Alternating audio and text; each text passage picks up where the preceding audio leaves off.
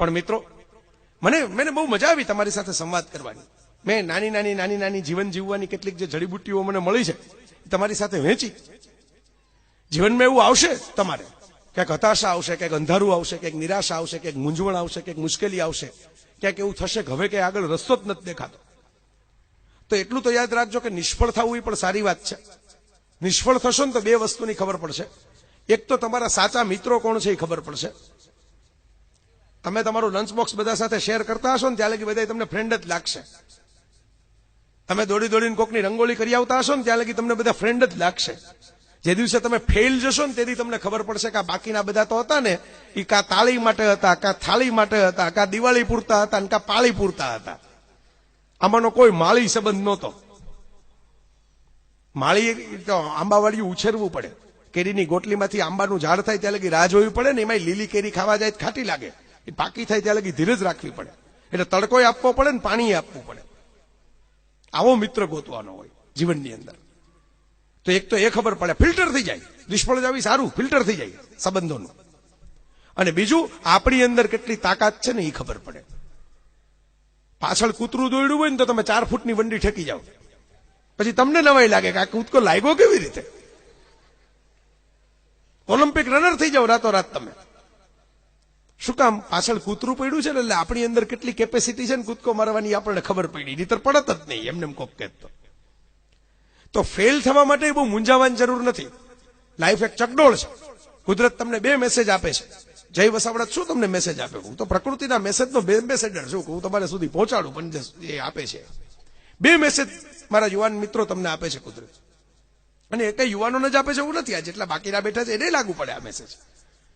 તમારે ગુલાબનું તાજું ખીલેલું ફૂલ ચૂંટવું હોય ને તો 15 કાંટા ખીલેલા હોય. એક ગુલાબ દીઠ 15 કાંટાનો રેશિયો હોય. ગુલાબનો છોડ જોજો, 15 કાંટામાં હાથ નાખો ને ત્યારે એક ગુલાબ જડે. જીવનની સિદ્ધિઓનું, જીવનના પ્રેમનું, જીવનના સરસ સંબંધોનું અને જીવનના આનંદનું પણ આવું છે. 15 કાંટા વચ્ચે હાથ નાખશો ને ત્યારે એક ગુલાબનું ફૂલ હાથમાં આવશે. તમે સીધા ગુલાબની અપેક્ષા રાખશો તો કોક રેડીમેડ તમને બુકે આપશે તેથી મળશે, ત્યાં લગી નહીં મળે. તમારે જો ગુલાબ જોતું હશે તો 15 કાંટા ખમવાની તૈયારી રાખજો એક ગુલાબ સાથે. એક સૃષ્ટિનો ક્રમ છે. અને એટલે જ ગુલાબ મીઠું લાગે છે સાહેબ. કાંટા હોત જ નહીં, ખાલી ગુલાબ હોત ને તો ગુલાબની વેલ્યુ છે ને એ કરણ કે પેલી ચાંદનીના ફૂલ જેવી બોગનવેલ જેટલી થઈ ગઈ હોત. આ ગુલાબ કાંટાઓ વચ્ચે ખીલે છે ને એટલે એની સુગંધ આપણને વધારે વાલી લાગે છે. એટલે જીવનની એડવર્સિટીઝ તો આવશે, એ તો થવાનું. 3/4 ભાગમાં ખારું પાણી છે ને બાકી નાળિયેરનું મીઠું પાણી મલાઈ જોતી હોય તમારે નાળિયેરી ઉપર ચડવાની મહેનત કરવી પડે તો હાથમાં મીઠું પાણી આવે. નહીતર ખારા દરિયા વચ્ચે જ જીવવું પડે. અને બીજો મેસેજ જે પ્રકૃતિ આપે છે, એ તો ઘણા સિનિયર સિટીઝન બેઠા છે, એમને કદાચ કોઈ સ્વજનના કારણે જોયું હોય, કદાચ જુવાનિયા હોય કે ફિલ્મોમાં જોયું હોય. આઈસીયુમાં જાઓ ને હાર્ટનો કાર્ડિયોગ્રામ કઢાવો તો કાર્ડિયોગ્રામ કેવો આવે? ઊંચો નીચો, ઊંચો નીચો, up down, up down, up down. એ જોઈને રાજી થાય ડોક્ટર અને બધા સગાઓ દર્દી નાખે, હાશ જીવે છે. જે દિવસે આપણો કાર્ડિયોગ્રામ સીધી લીટીનો થાય ને તેથી આપણે ન જોયો હોય. એ જોવા વાળા કોઈક બીજા હોય, આપણે ગુજરી ગયા હોય. આ કુદરતે આપણને આપેલો મેસેજ છે મિત્રો કે સીધી લીટીનું જીવન જીવવાની અપેક્ષા રાખશો તો એવું મૃત્યુની કબર સિવાય, સ્મશાનની ચિતા સિવાય ક્યાંય જીવન નથી જે સીધી લીટીનું હોય. જીવન તો ઊંચું નીચું હોય, એને જ ધબકતા દિલનું જીવન કહેવાય. એમાં કંઈક નવીનતા હોય, એમાં કંઈક રસિકતા હોય, એમાં કંઈક નવું તમારે એક્સપ્લોર કરવાનું હોય. એક્સપાન્ડ યોર હોરાઇઝન્સ ડિસ્કવરી ચેનલનું સૂત્ર છે. તમારી ક્ષિતિજોને વિસ્તારો. અને કે ડિસ્કવરી ચેનલ કે તેથી જ આપણને ખબર પડે એવું નથી. નાલંદા વિદ્યાપીઠ ભારતમાં હતી, એનું સૂત્ર શું હતું? ન અલમદા, આટલું પૂરતું નથી. This is not sufficient. ये दिल मांगे મોર નોલેજ, મોર ટ્રુથ.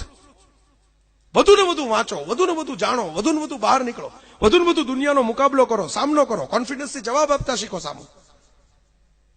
અને આ બધું જ તમે કરશો મિત્રો તો તમને સમજાશે કે આપણું દિલ ધબકે છે.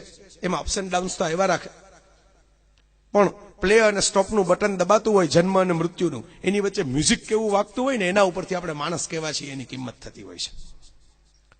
ઇજિપ્તમાં આફ્ટર લાઈફનું બહુ મહત્વ. એટલે માણસ મૃત્યુ પછી શું કરે એના માટે પિરામિડો બનાવવામાં આવ્યા અને એમાં સોનાના ખજાનાઓ મૂકવામાં આવ્યા. એમાં એક એવી ઇજિપ્શિયન ફેબલ લોકકથા છે કે માણસનો આત્મા જ્યારે ઉપર સ્વર્ગમાં જતો હશે ને ત્યારે એને પૂછવામાં આવતું હશે. બે સવાલ ભગવાન પૂછતા હશે. જિંદગીનું આખું પાકું સરવૈયું બેલેન્સ શીટ એમાં આવી જાય. બે સવાલ ઈશ્વર પૂછતા હશે. પહેલો સવાલ નંબર 1, તે આનંદ કર્યો? 50 માર્કનો સવાલ સીધો. તને આ પૃથ્વી ગ્રહની પિકનિક કરવા, ટ્રીપ કરવા મોકલો તો તે આનંદ કર્યો કે એમને જેવો હતો એવો કોરો કટ પાછો આવ્યો? સીધો એન્ટ્રીમાં દાખલ છો ને એક્ઝિટના દરવાજે આવીને રાહ જોઈને ઉભો રહી ગયો કે વચ્ચે શું શું રાઈડ હતી એમાં બેઠો, વચ્ચે કેવી કેવી ચોકલેટ હતી એ ચાખી. તે આનંદ કર્યો? આ પહેલો સવાલ.